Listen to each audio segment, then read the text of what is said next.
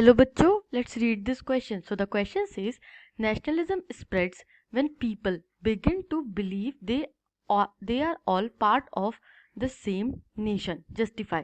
Second is how did a variety of cultural processes play an important role in developing sense of nationalism in India.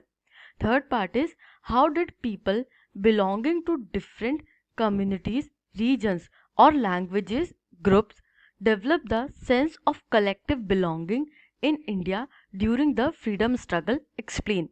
And the fourth part is explain the major factors which promoted the sense of nationalism in the Indians. हमसे यहाँ पे question पूछा गया है about the nationalism और sense of nationalism कैसे grow करता है इंडियंस में. Let's see the key concept. So the key concept is nationalism. Nationalism मतलब क्या?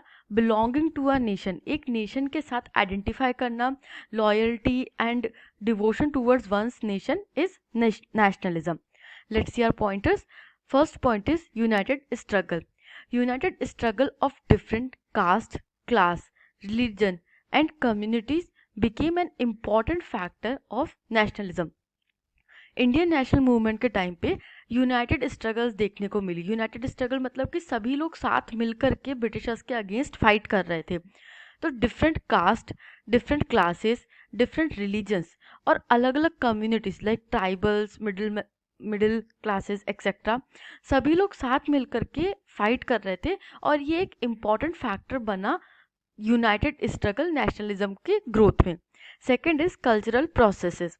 History and fiction, folklore and songs, popular prints and symbols all played a part in the making of nationalism. अब जो भी cultural process होती है, cultural process मतलब कि अब हेरिटेज के साथ आप आइडेंटिफाई करते हो, आप नेशनल सिम्बॉल्स के साथ आइडेंटिफाई करते हो, वो कल्चरल प्रोसेसेस कहलाती हैं. तो हिस्ट्री के साथ, फिक्शनल स्टोरीज के साथ, फोकलोर मतलब लोक कथाएं, दंत कथाओं के साथ, जो सॉन्ग्स लोकल लेवल पे जो सॉन्ग्स गाए जाते थे उनके साथ, पॉपुलर प्रिंटेड मीडिया के साथ, सिम्बॉल्स जो नेशनल सिम्बॉल्स थे लाइक नेशनल फ्लैग एक्सेट्रा, ये सभी एक बहुत इंपॉर्टेंट रोल प्ले करते हैं नेशनलिज्म के ग्रोथ में. इन सबको देख करके कोई भी पर्सन नेशनलिज्म की फीलिंग ग्रो करता है. Third point is Bharat Mata. The identity of India came to be visually associated with the image of Bharat Mata.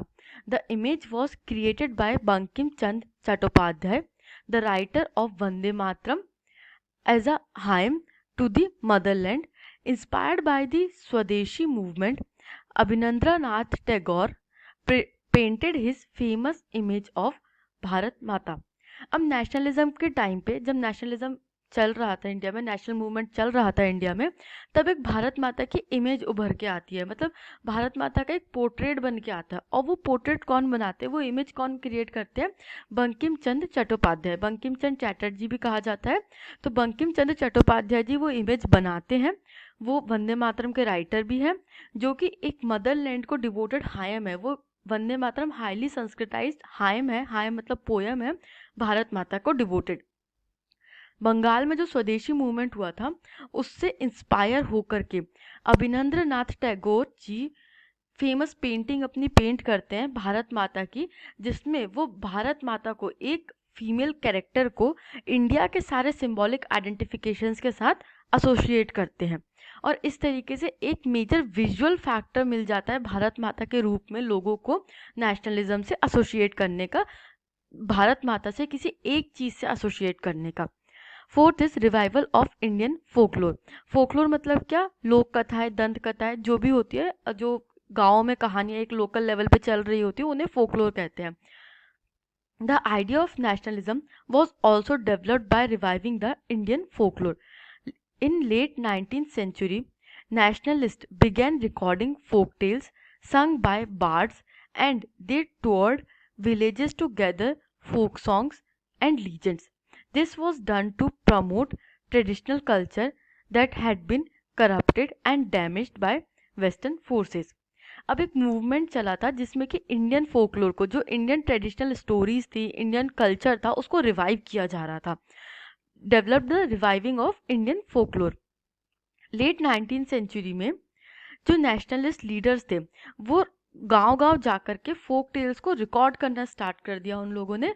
That was sung by the bards. Bards मतलब जो फकीर वगैरह होते हैं जो एक गांव से दूसरे गांव में ट्रैवल करते हैं और गा करके लोगों को सुनाते हैं, वो जो भी सॉन्ग्स गाते थे उनको रिकॉर्ड करना स्टार्ट कर दिया। और गांव में जो भी फोक टेल्स थी, मिथ्स थे, लीजेंड्स थे, फोक सॉन्ग्स थे, उन सबको रिकॉर्ड करके इनमें नेशनलिज्म का फैक्टर ढूंढने लगे। इससे ट्रेडिशनल कल्चर जो था, जो गाँव का, विलेजेस का या सिटीज़ का ट्रेडिशनल कल्चर था इंडिया का, उसको प्रिजर्व करने में, उसको प्रमोट करने में हेल्प मिली। क्योंकि ब्रिटिशर्स के आने के बाद एक बहुत डीप इम्पैक्ट पड़ा था वेस्टर्न कल्चर का इंडियन कल्चर पे, और जो इंडियन ट्रेडिशनल कल्चर था वो करप्ट और डैमेज हो गया था by the western forces. Fifth point is reinterpretation of history. Britishers saw Indians as backward and primitive, incapable of governing themselves. In response, Indian historians began looking into the past to discover India's great achievements. They wrote about the glorious developments in ancient times. अब क्या होता है, एक री interpretation of history start होता है। जब Britishers India में आए थे तो उन्होंने इंडिया की हिस्ट्री देखी और हिस्ट्री देख करके वो अपना इंटरप्रिटेशन लेकर के आ गए। जैसा उनको हिस्ट्री में समझ आया वो अपना इंटरप्रिटेशन लेकर के आ गए। तो उन्होंने इंटरप्रेट किया कि इंडियंस आर बैकवर्ड, बैकवर्ड बता दिया इंडियंस को, प्रिमिटिव बता दिया कि बहुत बैकवर्ड है, इनकी कोई सोसाइटी डेवलप ही नहीं हुई है, और इनकेपेबल है गवर्निंग के, कि इंडियंस खुद को गवर्न ही नहीं कर सकते और इसलिए हम आकर के इनको गवर्न कर रहे हैं। And this is also known as white man's burden. क्या कहा जाता है इसको? वाइट मैंस बर्डन ऐसे बोल दिया था कि ये तो हमारी रिस्पॉन्सिबिलिटी है कि हमको आकर के इंडियंस को गवर्न करना पड़ रहा है क्योंकि ये इनकेपेबल है खुद को गवर्न करने के लिए। तो इस तरीके का एक नेगेटिव इमेज सेट करी थी ब्रिटिश हिस्टोरियंस ने। जो इंडियन हिस्टोरियंस थे, इनको नेशनलिस्ट हिस्टोरियंस भी कहा जाता है, वो फिर से स्टार्ट करते हैं हिस्ट्री में लुक देखना, और वो डिस्कवर करते हैं हिस्ट्री में से इंडिया के ग्रेट अचीवमेंट्स को, इंडियंस के या हिस्टोरिकली ग्रेट अचीवमेंट्स को देखते हैं और फिर से रीराइट करते हैं। वो रीराइट करते हैं हिस्ट्री को according to the Indian narrative, not according to the British narrative. और वो जो ग्लोरियस डेवलपमेंट्स हुई थी पास्ट में उनको ग्लोरीफाई करते हैं। इस तरीके से हिस्ट्री का री इंटरप्रिटेशन एक बहुत इंपॉर्टेंट फैक्टर होता है, क्योंकि जब हिस्ट्री आप री इंटरप्रेट करके अपने फेवर में लाते हो, एक नेगेटिव पॉइंट ऑफ व्यू से positive point of view develop करते हो, तो आप उस चीज़ से रिलेट करके उसको फील करते हो कि हाँ ये हमारे पास्ट में हुआ था। इस तरीके से हिस्ट्री को री इंटरप्रेट करके नेशनलिज्म में सपोर्ट मिला। And this way we can see how nationalism grow in India during Indian national movement. I hope you understood this question. Thank you and best of luck.